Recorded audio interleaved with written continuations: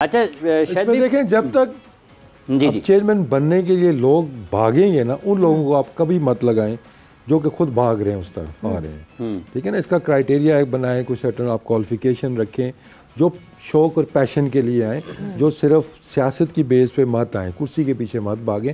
OBC वो तो thanks to Najam Sethi कि वो कॉन्स्टिट्यूशन जब 2014 की बदली है तो उसमें एटलीस्ट बैचलर होना ज़रूरी है जो चेयरमैन पीसीबी होगा, वरना उससे पहले तक ये भी नहीं थी करनी। देखिए वो जिसको जो सूट करता है उस हिसाब से वो कर लेते हैं ना। कॉन्स्टिट्यूशन की भी शायद बात कर रहे हैं, हमने कॉन्स्टिट्यूशन क्यों चेंज किया? हमने सिर्फ डिपार्टमेंट क्रिकेट वापस लानी थी, ठीक है ना, क्योंकि वो कॉन्स्टिट्यूशन जब चेंज हुआ था तो उससे बहुत सा गंद साफ हो गया था, नीचे वाले गंद बहुत ज़्यादा साफ हो गया था। हम भी कहते थे कि इसमें डिपार्टमेंट क्रिकेट आप ऐड करें, जो जिसमें कमी बेशी हैं आप इसमें वो ऐड करें, लेकिन क्योंकि वो गंद आपको सूट करता है, वो सियासत आपको सूट करती है नीचे वाली, आपने पूरे अपने हिसाब से आइन कानून लेके आते हैं जी। तो ये चीज़ तो नहीं होनी चाहिए ना कि जो मुझे सूट करता है मैं वो कॉन्स्टिट्यूशन लेके आऊंगा। जो अच्छी कमेटी भी फिर सारे अपनी मर्जी की लेके आते हैं ताकि उसमें भी इन्फ्लुएंस अपना कर सकें सिलेक्शन में भी, हालांकि होना नहीं चाहिए। आइडियली वो जो शाहिद भाई ने भी बात की, मैं भी पिछले 2 दिन से यही कह रहा हूँ कि चेयरमैन चेंज होने से क्रिकेटिंग अफेयर्स पे जो है वो फर्क नहीं पड़ना चाहिए, क्योंकि ये एक प्रोसेस होता है। अब एक सिलेक्शन कमेटी आती है, 2-3 महीने आप उसको देते हैं, वो 2-3 महीने में तो अपना एक प्लान बनाती है अगले 6 महीने का, साल का। वो 2-3 महीने बाद वो चेंज हो जाएगा, नया बंदा आ जाएगा, वो डिफरेंट माइंडसेट के साथ आएगा।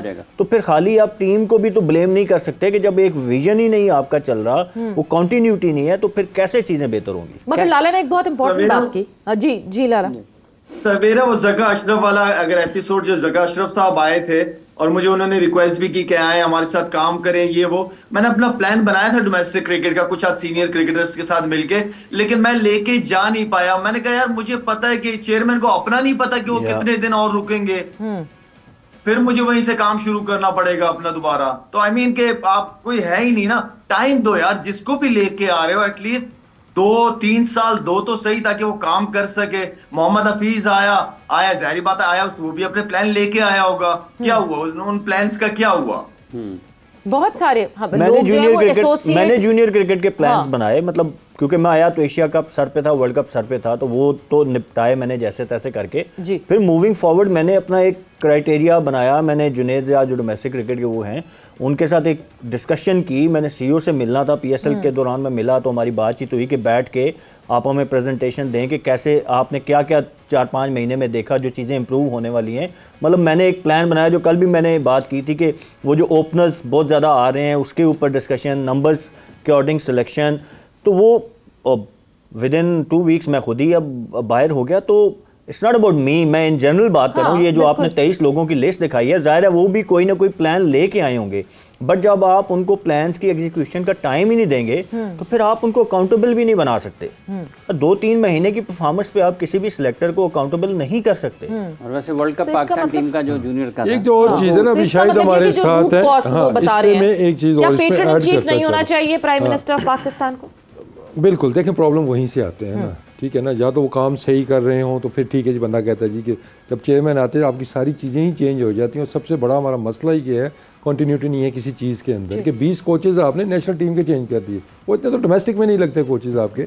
1 साल में 20 कोचेज़ आपने नेशनल टीम के चेंज कर दिए हैं, ठीक है ना। दूसरा देखें कि अभी बात हो रही थी क्रिकेटर्स की, नॉन क्रिकेटर्स की, मैं पहले भी मैंने कहा कि कुछ जॉब्स ऐसी हैं जहाँ पे क्रिकेटर्स को नहीं होना चाहिए, जो मर्जी क्रिकेटर आ जाए उसका काम ही नहीं है।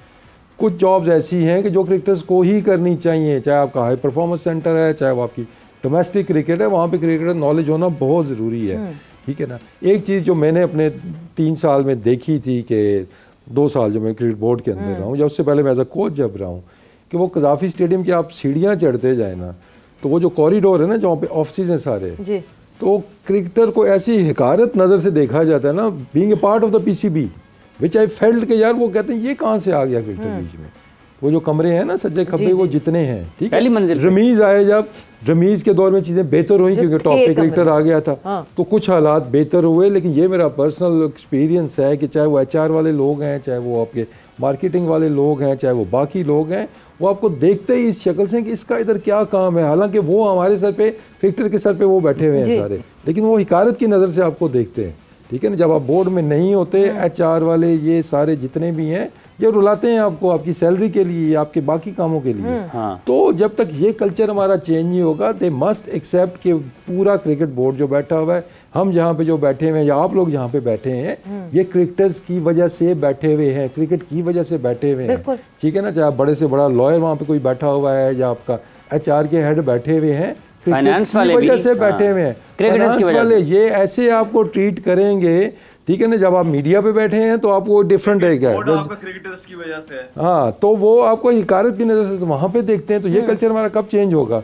और जब भी डिजास्टर होता है, अंडर दो छुरी के नीचे आते हैं वो क्रिकेटर्स ही आएंगे, वो सारे उधर के उधर ही बैठे हैं। अभी भी होगा जी, कोच चेंज कर दो, प्लेयर चेंज कर दो, जो पीछे से मसाइल आ रहे हैं उसकी तरफ कोई नहीं देखेगा, ठीक है ना। अगर ये अपॉइंटमेंट्स इतनी हुई हैं थ्रू HR होती है ना, उनको बुलाएं, पूछें जी कौन सा प्रोसेस आपने फॉलो किया, ये कोच हायर किया या ये आपने कोई और बंदे जो हायर किए हैं, कौन से प्रोसीजर आपने फॉलो किया। CEO को भी पूछा जाएगा ना कि आपने क्या किया, आप सिर्फ फाइल आगे भेजने के लिए, वो भी उधर ही है, मतलब क्या प्रोसीजर फॉलो किए गए। तो जब तक अपना काम सारे नहीं करेंगे और रिस्पेक्ट नहीं देंगे एक दूसरे को, ये हालात हमारे कभी ठीक नहीं हो सकते। ये हालात कभी ठीक नहीं हो सकते। शायद भाई पाकिस्तान की टीम वर्ल्ड कप से बाहर हो गई है, आपकी अब काफ़ी सारी गुफ्तगू यहाँ पर हुई है, आपके ख्याल में क्या किसी एक या दो लोगों को इसका जिम्मेदार ठहराया जा सकता है, और ये जो हमने माजी में देखा है, और आपके ख्याल में आगे कैसे बढ़ सकते हैं इस टीम से? अब आपको या इस सिस्टम से आपको क्या तवक्को, और आपके ख्याल में बेहतरी कैसे हो सकती है? देखिए, जब जीतते हैं तो सारे जीतते हैं, हारते हैं तो सारे हारते हैं, सिंपल सी बात है। किसी एक को कसूरवार ठहराना वो गलत है। हाँ, क्योंकि कप्तान नजर आता है, हमने खुद अपने टाइम में देखा है, जब वर्ल्ड कप में नई परफॉर्मेंसेज होती है, सबसे पहले छुरी कप्तान के ऊपर ही चलती है। लीडर होता है, जाहिर बात है वो।